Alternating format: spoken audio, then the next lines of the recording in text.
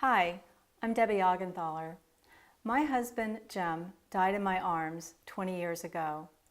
I'm a psychotherapist and author of a soon-to-be-released self-help memoir, You Are Not Alone. I use my experience as a young widow and my insights as a trained therapist to help people as they move through grief, healing, and the spiritual awakenings that often accompany loss. Readers of my book will know I understand grief in a way only those who've been through it can. With the connection of a shared experience, my book is a guide through grief to transformation and a new beginning. I'm reading an edited chapter from my book. I asked Janine to sleep with me in our bed, the bed Jim and I had woken up in that morning. My tears couldn't stop. My body was in high survival mode, heart racing, terrible terror in every cell of my being, unable to absorb the enormity of what happened that morning. Waking up to what I thought was just another Monday, with Jim by my side. Monday morning, mundane thoughts of the week ahead, the day ahead. And then, what's that, Jim? You think it's something you ate? The first night without him. Why, when in crisis, does time stop? Time turning into frozen moments, a cluster of moments held in a place right there, waiting.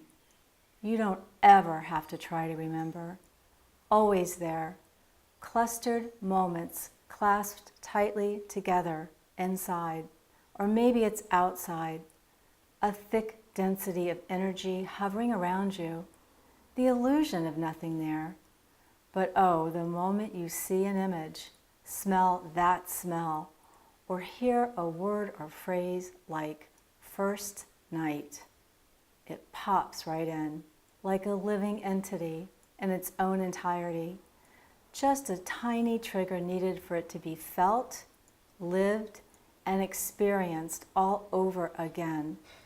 Coming back instantly, moments forever frozen with crystal clear clarity. The first night, my wonderful friends dropping everything, traveling to be with me.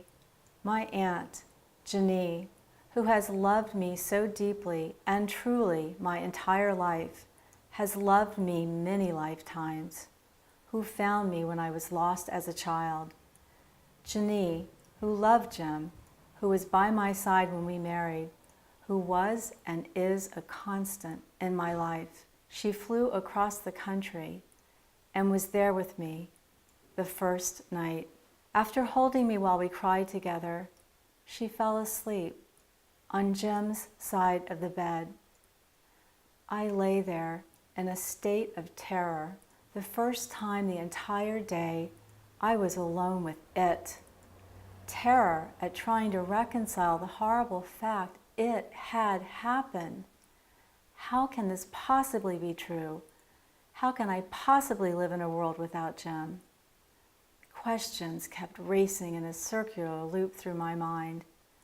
I lay there in wide-eyed terror, staring up at the ceiling. I began praying and pleading, please let him come back. Silently, so I wouldn't wake Janine. It was all a horrible mistake, wasn't it? God, please, he wasn't ready. I can't live without him. Squeezing my eyes shut like a child. Oh, please, please let it be him. Please let it be his breathing I hear. Please, when I open my eyes, I'll see it was only the worst nightmare I've ever had. I knew Jim wasn't ready to die. He wasn't prepared. He had no idea this would be the last morning he would wake up to this life. All day I wanted to know how he was, where he was, and was he okay? I was a mass of self-centered terror mixed with heart-constricting pain. Because he wasn't ready for it. Please, Jim, I need a sign. I just need to know you're okay. At that moment, Janine rolled over to my side of the bed and put her left arm over my chest as I lay on my back, staring at the ceiling, praying for a sign. With her eyes closed, she said, "I love you. I love you. I love you." I held my breath, and she rolled right back to his side. Staring at her, I whispered, "Jenny, are you awake?" No answer. Just a soft intake of sound asleep, deep breathing, a familiar breathing. I knew then it wasn't Jenny who had spoken those words of love.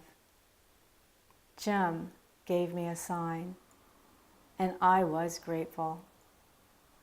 I lay awake the rest of the first night until the dawn's early light came in through the window of our bedroom, just like it had 24 hours earlier.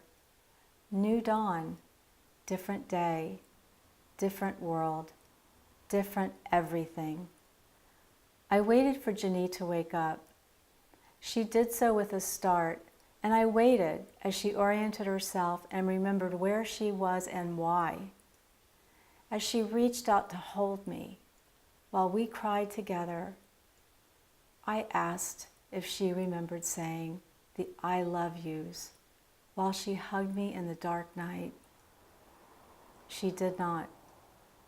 Jim gave me a sign in the only way he could then, through connected love, a trio of "I love yous," a living entity in its own entirety, and I am grateful. The poet Rumi wrote, "You are there, I here. Worlds separate us, death's angels, the void of space. Yet I say your name, and waves of light wash to me silently from your heart." As a therapist, I'm trained to not lead my clients or share my personal experiences. But as an author, I can share with you what I've learned and what I believe. If you're grieving and you've lost a person you love, things may happen that are magical and mystical. We often receive meaningful signs from loved ones who have died, and it brings a lot of comfort. Many of my friends and clients have been visited by their loved ones, and so have I. My grandmother always talked about my grandfather visiting her the night after he died. She woke up and he was standing at the foot of her bed to let her know he was okay. People often ask me, "Is this normal?" Of course it is, I tell them. I encourage them to continue looking for signs as the months and years go by. If you're open to receiving a sign, you'll often have one. Spirit lives on.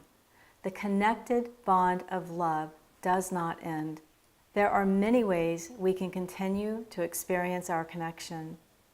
Through dreams, songs, scents, finding something special in odd places. In nature, whenever I see a white butterfly, I know it's my Aunt Judy reminding me of our always connection. Be open to signs and see what comes. You will know. What is your white butterfly? What symbolizes your connection with your loved one? I'd love to hear about your experience. Please share on Grief to Gratitude, my Facebook page. I look forward to hearing from you. Thank you.